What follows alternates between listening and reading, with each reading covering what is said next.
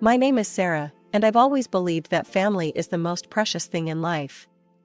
I'm married to my loving husband, Jack, and we have 2 wonderful adult children, our son, Michael, and our daughter, Emily. Michael followed in his father's footsteps and became an engineer, while Emily pursued her passion for art. I couldn't have been prouder of both of them. Emily's artistic career took off quickly after college. She organized exhibitions that drew quite a crowd, and I never missed a single one. I remember her first major show like it was yesterday. The gallery was packed, and Emily's paintings were the talk of the evening.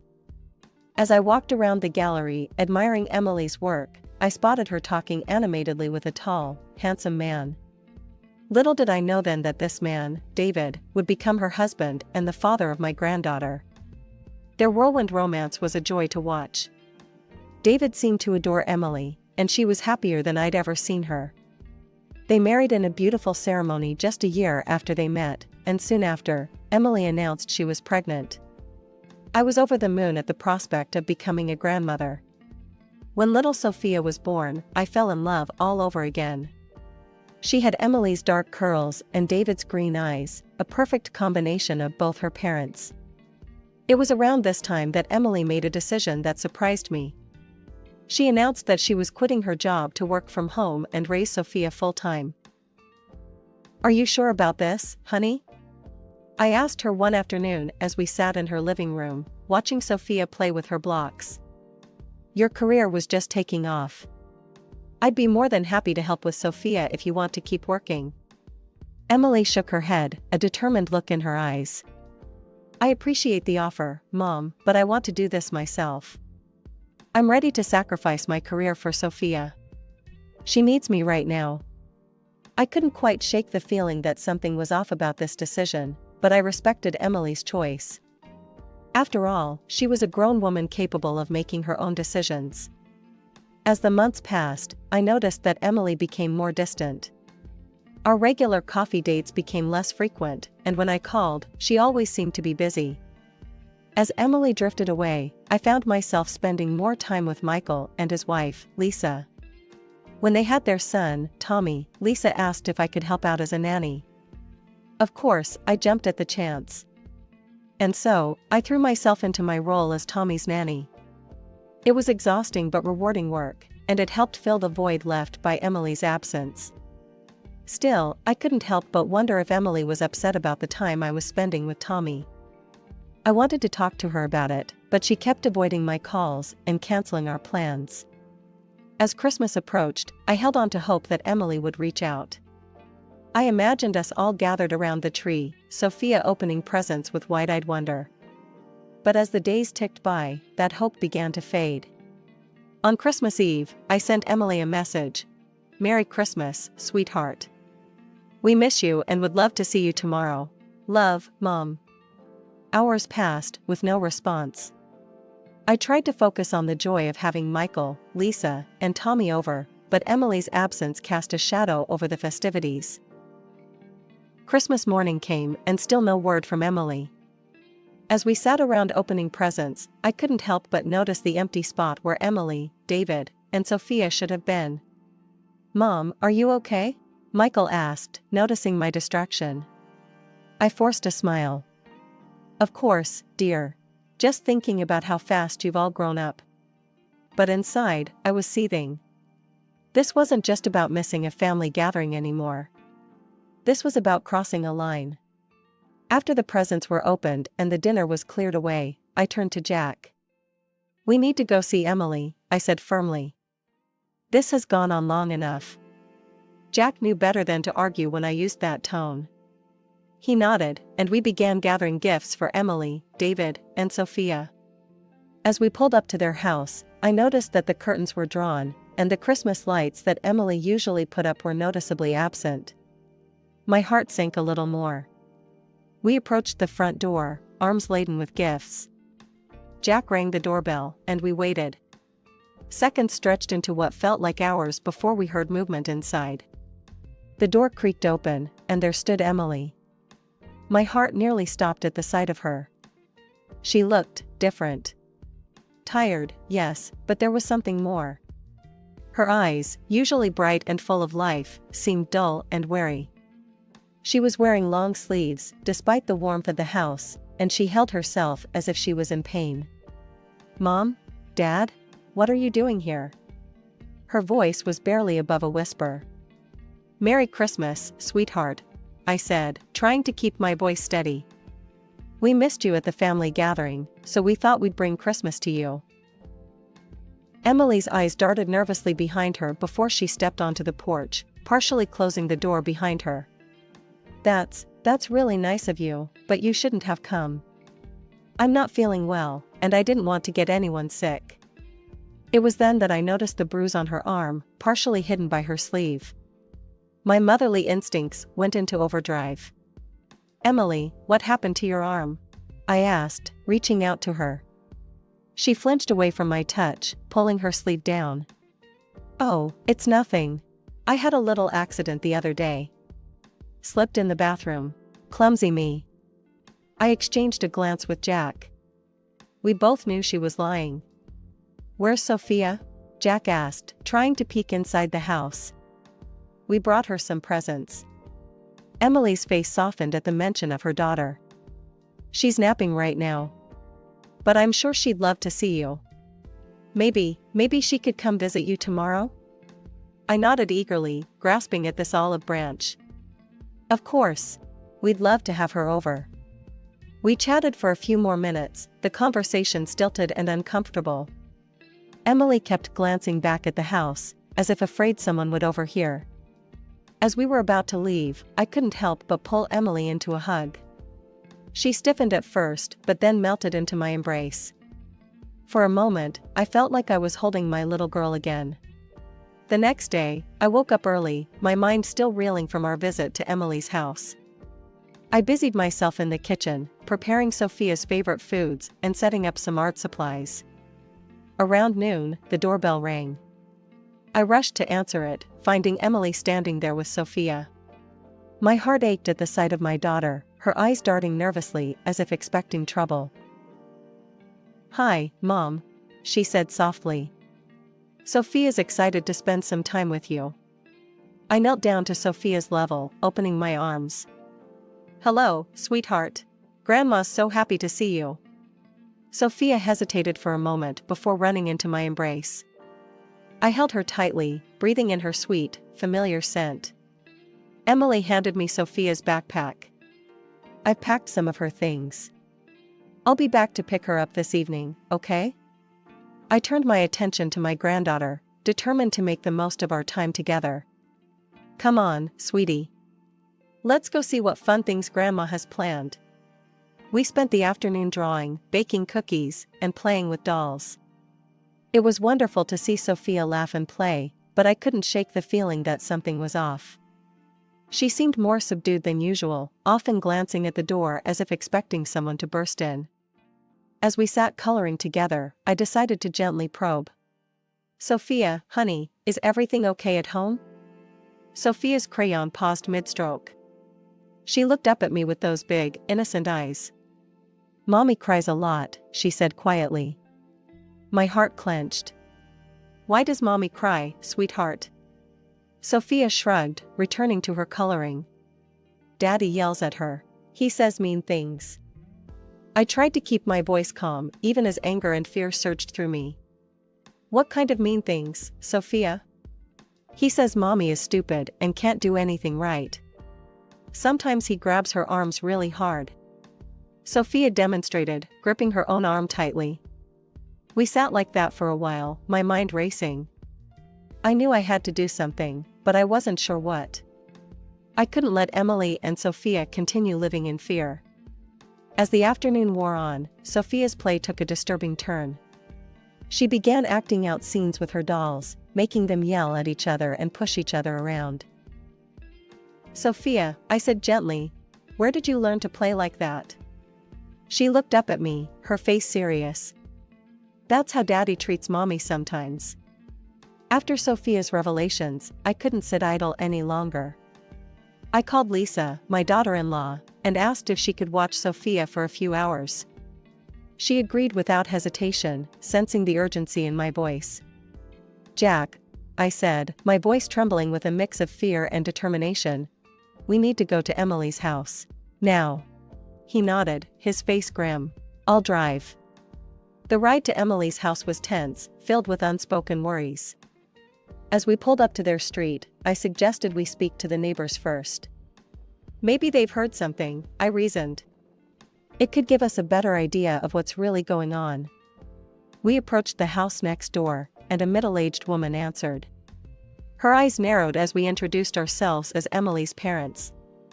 We're concerned about our daughter, I explained. Have you heard any disturbances from their house? Any arguments or screaming? The woman's face hardened. I haven't heard a thing, she said dismissively. They seem like a perfectly normal couple to me. Her arrogant tone set my teeth on edge, but I thanked her politely. As we walked away, Jack squeezed my hand reassuringly. We were about to knock on Emily's door when we heard it, David's voice, raised in anger.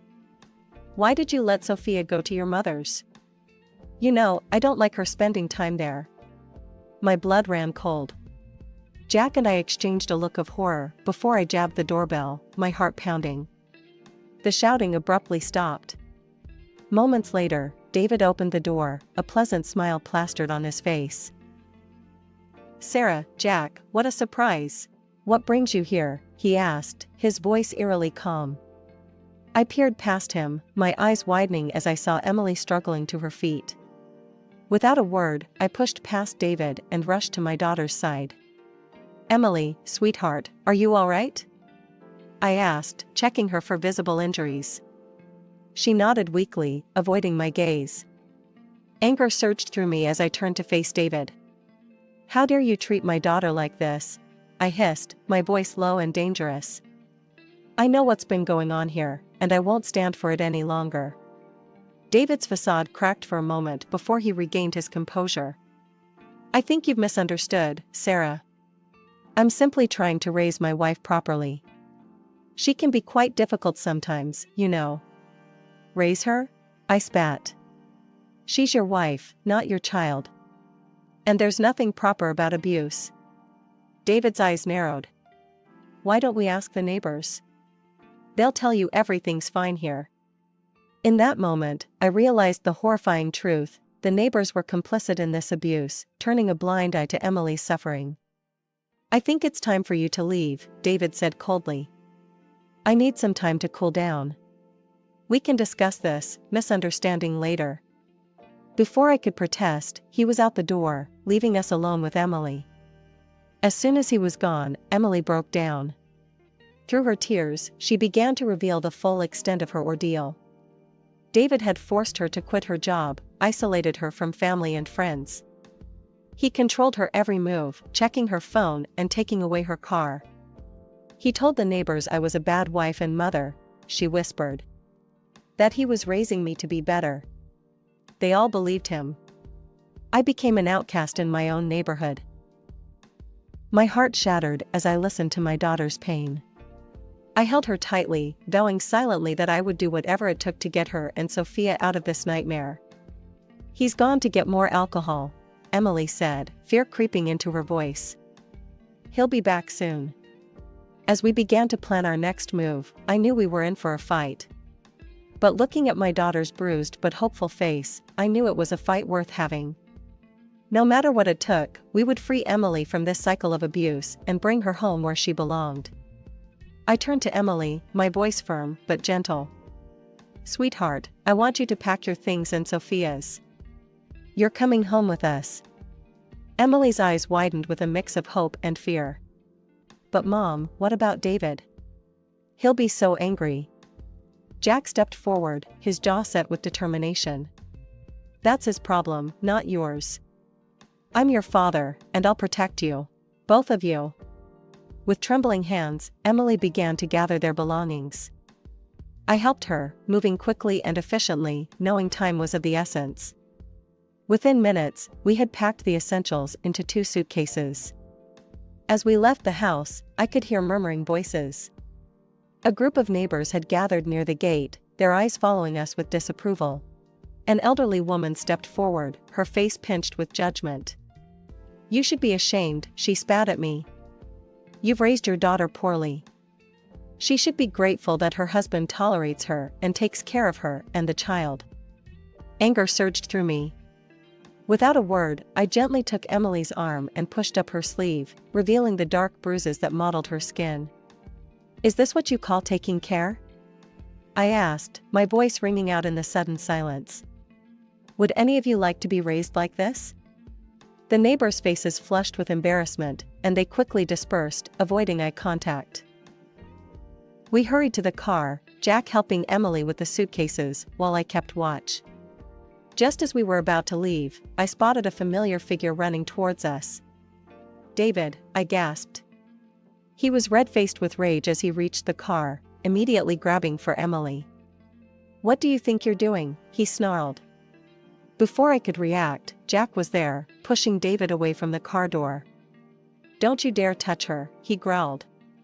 "Stay away from my daughter." David's eyes darted between us, his fists clenching and unclenching at his sides. The situation was escalating quickly. "We need to call the police," I said, pulling out my phone with shaking hands. As I dialed, Jack ushered Emily into the car. We quickly locked the doors, our hearts pounding as David circled the vehicle like a predator. "You can't take her," he shouted, kicking the car in frustration. "She's my wife." I spoke calmly to the 911 operator, explaining the situation while keeping an eye on David's increasingly erratic behavior. Emily sat in the back seat, her face pale with fear. "It's okay, sweetheart," I reassured her. "The police are on their way. We're going to be fine." Minutes felt like hours as we waited, David's shouts growing more desperate. I could see neighbors peeking out of windows, witnessing the scene but doing nothing to intervene. Finally, we heard sirens in the distance. David's face contorted with panic, and for a moment, I thought he might try to run. But he stood his ground, a defiant look in his eyes as the police cars pulled up. The arrival of the police brought a momentary sense of relief. Officers quickly assessed the situation, examining Emily's visible injuries and taking statements from all parties involved. The tension in the air was palpable as David was handcuffed and placed in the back of a police car. "He'll be detained for a few days while we investigate," one of the officers informed us. "We'll need you to come to the station to provide a formal statement, Mrs. Thompson." Emily nodded, her voice barely above a whisper. "Okay." The next few days were a whirlwind of activity. Emily bravely recounted her experiences to the police, her voice growing stronger with each retelling. I stayed by her side, offering support and corroborating her story where I could. However, our hope for a quick resolution was dashed when David's lawyer presented a united front of neighbors all claiming that Emily and David had a perfectly normal relationship. "She's always been dramatic," one neighbor testified. "David's a saint for putting up with her." Their words made my blood boil, but I reminded myself to stay calm for Emily's sake. Determined to prove Emily's innocence, we agreed to a lie detector test. I held my breath as she answered question after question, her voice steady despite the stress. When the results came back confirming her truthfulness, I felt a surge of vindication. A psychological evaluation followed, revealing the depths of Emily's trauma. "Your daughter is suffering from severe depression, likely stemming from prolonged domestic abuse," the psychologist explained to me privately. "She'll need ongoing support and therapy." Despite the mounting evidence, David remained adamant about his innocence. His latest threat to seek full custody of Sophia sent Emily into a panic. "He can't take her, Mom," she sobbed. "I can't lose my baby." That's when I knew we needed to dig deeper. I hired a private detective, hoping to uncover something in David's past that would expose his true nature. Weeks passed as the detective worked tirelessly. Emily and Sophia stayed with us, slowly beginning to heal in a safe environment. Watching my daughter rediscover her smile was both heartwarming and heartbreaking. Finally, the detective called with news. "Mrs. Thompson, I found something you need to see." The information he presented was shocking. David had a history of domestic violence in another city. He'd been ordered to undergo therapy but had fled the state before completing the program. "There's more," the detective said grimly. "I've collected testimonies from other victims. The pattern is always the same: charm, control, then violence." As I leafed through the files, a mix of emotions washed over me. Anger at David for causing so much pain, relief that we finally had concrete evidence, and sadness for all the women who had suffered before Emily. "Thank you," I said to the detective, my voice thick with emotion. This changes everything." The day of the court hearing arrived, and the tension in the air was palpable. I sat beside Emily, squeezing her hand reassuringly as we waited for the proceedings to begin. Our lawyer, a stern-faced woman named Ms. Henderson, arranged the stack of evidence before her. As the judge called the court to order, I could see David across the room, looking smug and confident. That confidence, however, began to waver as Ms. Henderson presented our case. "Your Honor," she began, "I'd like to present evidence of Mr. David Thompson's history of domestic abuse." One by one, she laid out the detective's findings, police reports from David's previous city, incomplete therapy records, and testimonies from past victims. David's lawyer objected vigorously, but the judge overruled him, allowing the evidence. Then came a moment that sent shockwaves through the courtroom. Ms. Henderson called forward a witness, Sarah, David's ex-girlfriend from 7 years ago. Sarah's voice trembled as she recounted her experiences. He would fly into rages over the smallest things. The bruises. I had to cover them with makeup every day. Next, Ms. Henderson presented Emily's lie detector results and psychological evaluation. "As you can see, Your Honor, Mrs. Emily Thompson's account has been verified by multiple professional sources." The coup de grace came in the form of voice messages David had left on Emily's phone. His threatening voice filled the courtroom. "If you ever try to leave me, I'll make sure you never see Sophia again."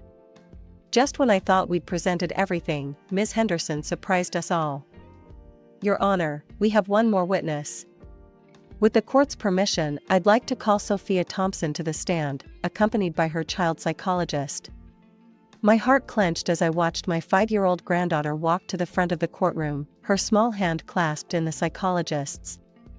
Sophia's eyes were wide, but her voice was clear as she spoke. "Daddy would yell at Mommy a lot," she said. "He would push her and say mean things. It scared me." Then came the moment that left the entire courtroom in stunned silence. Sophia's psychologist presented a video to the court, a shaky, dimly lit clip that Sophia had recorded on her mother's phone one night when she'd been woken by shouting. In the video, David's enraged voice could be clearly heard, along with the sound of something shattering and Emily's frightened pleas. As the video ended, I could see tears in the judge's eyes. David sat slumped in his chair, all pretense of innocence gone. The judge's verdict came swiftly and decisively. David was sentenced to prison for domestic abuse, with mandatory counseling. Emily was granted a divorce, awarded 50% of their shared property, substantial financial compensation, and full custody of Sophia. David was barred from any contact with Sophia until she turned 18, and even then, only if she chose to see him. As the gavel fell, I felt a wave of relief wash over me. Emily collapsed into my arms, sobbing, not from fear this time, but from sheer relief. "It's over, Mom," she whispered. "It's finally over." As we left the courtroom, I saw David being led away in handcuffs. Our eyes met for a brief moment, and I saw something I never expected: regret. But it was too little, too late. As I stood in my kitchen, preparing a feast for our weekly family dinner, I couldn't help but smile. The house was filled with the cheerful noise of my grandchildren playing, the aroma of roasting chicken, and the gentle hum of conversation from the living room where Emily and Michael were catching up. It had been 6 months since the court hearing, and the change in our family was palpable. The dark cloud that had hung over us for so long had finally lifted, replaced by a warmth and joy that I had feared we might never experience again. Emily and Sophia had moved in with Jack and me after the trial. At first, I worried it might be challenging for all of us to adjust, but those fears quickly dissipated. Having them close allowed us to provide the support and love they needed to heal. Sophia, my brave little granddaughter, was making remarkable progress. The nightmares that had plagued her in the early days after leaving David had become less frequent. Now, more often than not, I would hear her giggling with her cousin Tommy as they played elaborate make-believe games. "Grandma, look!" Sophia called out, running into the kitchen with a drawing in her hand. "I made this for you." I wiped my hands on my apron and knelt down to examine her artwork. The page was filled with bright colors, a stark contrast to the dark, scribbled drawings she had produced in the months following the trial. This picture showed our family, stick figures with big smiles, standing in front of a yellow house with a rainbow arching overhead. "It's beautiful, sweetheart," I said, pulling her into a hug. "Why don't we hang it on the fridge?" As I stood up, I caught sight of Emily watching us from the doorway, a soft smile on her face. The change in her was just as remarkable as Sophia's. The haunted look in her eyes had faded, replaced by a spark of life that grew brighter each day. "Need any help, Mom?" she asked, stepping into the kitchen. "You can set the table if you'd like," I replied, gesturing to the stack of plates on the counter. As we worked side by side, I marveled at how natural it felt. These simple moments of domesticity, once taken for granted, now felt like precious gifts. Emily had started drawing again, something she hadn't done since the early days of her marriage to David. Her studio, once Jack's old office, was filled with canvases. I had watched her art evolve over the past months, mirroring her healing journey. The first pieces had been dark and chaotic, all harsh lines and somber colors. But gradually, light began to creep in. Now, her latest works were explosions of color and life. "I have some exciting news," Emily said as she laid out the silverware. "The gallery downtown wants to feature some of my new pieces in their upcoming show." "Oh, sweetheart, that's wonderful," I exclaimed, pulling her into a hug. "I'm so proud of you." Emily beamed, her eyes shining with a confidence I hadn't seen in years.